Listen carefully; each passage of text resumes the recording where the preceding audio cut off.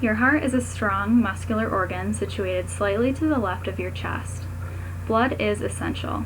In addition to carrying fresh oxygen from the lungs and nutrients to the body's tissues, it also takes the body's waste products, including carbon dioxide, away from the tissues. Your heart pumps blood to all parts of the body through a network of blood vessels by continuously expanding and contracting. I've been studying the human heart and its functions since grade school, and more in depth as I've gone into nursing. It's one of the most essential functions of the body and something that everyone should have basic knowledge for the sake of their own health. I often work with individuals who suffer from heart diseases and complications, with little knowledge of how or why their heart is failing them. It's important to educate and understand the basic processes as to prevent breakdown or failure in the future due to preventable measures. First, I will discuss the heart itself and its components. Second, I will discuss the cycle and how the blood flows throughout the body. Finally, I will discuss how the cycle affects the rest of the body and its organs. The heart pumps oxygen and nutrient-rich blood through the body to sustain life.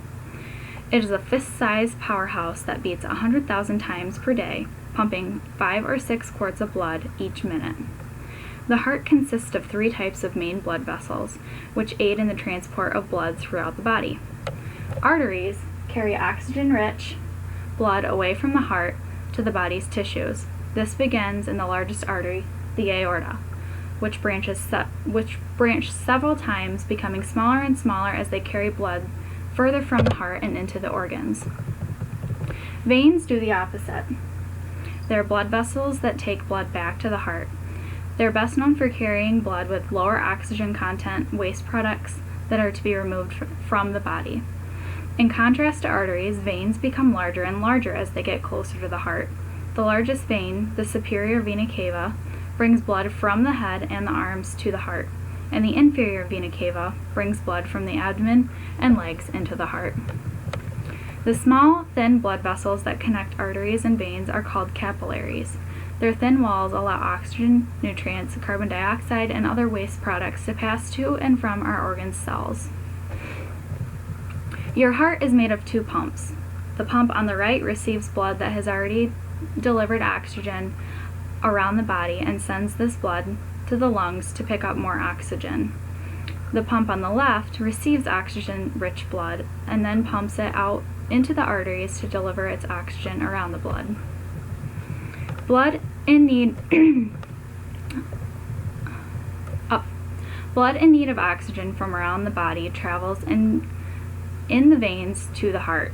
This deoxygenated blood enters the top right side of the chamber of the heart, which is called the right atrium,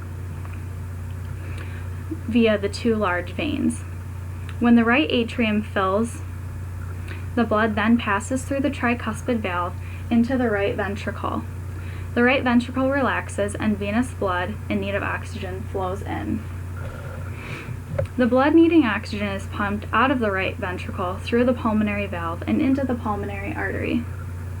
The pulmonary artery then divides into the right and left pulmonary arteries, carrying blood to the right and left lungs. In the lungs, the blood gives up its carbon dioxide and picks up oxygen. Fresh blood full of oxygen leaves the lungs and then comes back to the heart in the pulmonary veins. This oxygen-rich blood enters the left atrium, the top left of the heart, and when the left atrium is full, it pushes blood through the mitral valve into the left ventricle. The left ventricle relaxes and fills up with blood before squeezing and pumping the oxygen-rich blood through the aortic valve into the aorta, the main artery that carries blood to your body. The muscle wall of the left ventricle is very thick because it has to pump blood around the entire body. The heart is the key organ in the circulatory system. It can actually receive messages from the body that tells it when to pump more or less blood depending on the individual's needs. For example, when we're sleeping, it pumps just enough blood to provide the lower amounts of oxygen by our bodies at rest. When we're exercising or frightened, the heart pumps faster to increase delivery of oxygen. It also works with other systems in the body to perform necessary life tasks. Through the actions of the heart, muscles are supplied with oxygen and nutrients by supporting these materials so it can function properly. Bones actually produce erythrocytes, or red blood cells, necessary in the circulatory system.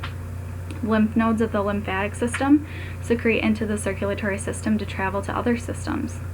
The respiratory system provides the circulatory system with oxygen in turn to take out waste. And the endocrine system secretes hormones into the circulatory system, while the digestive system breaks down nutrients, which is then absorbed into the blood and transported to all parts of the body. Today I discuss the heart itself and its components. Second, I discussed the cycle and how the blood flows through the body. Finally, I discussed how the cycle affects the rest of the body and its organs. Your heart pumps blood to all parts of the body through a network of blood vessels continuously expanding and contracting. Even if you aren't suffering from heart complications, knowledge about your heart can help monitor your health, and it might even help you spot developing health problems. We cannot live without our heart. However, when you get right down to it, the heart is just a pump. It can become clogged, break down, and need repair. This is why it's critical to know how our heart works. With little knowledge about your heart and what's good or bad for it, you can significantly reduce your risk for heart disease.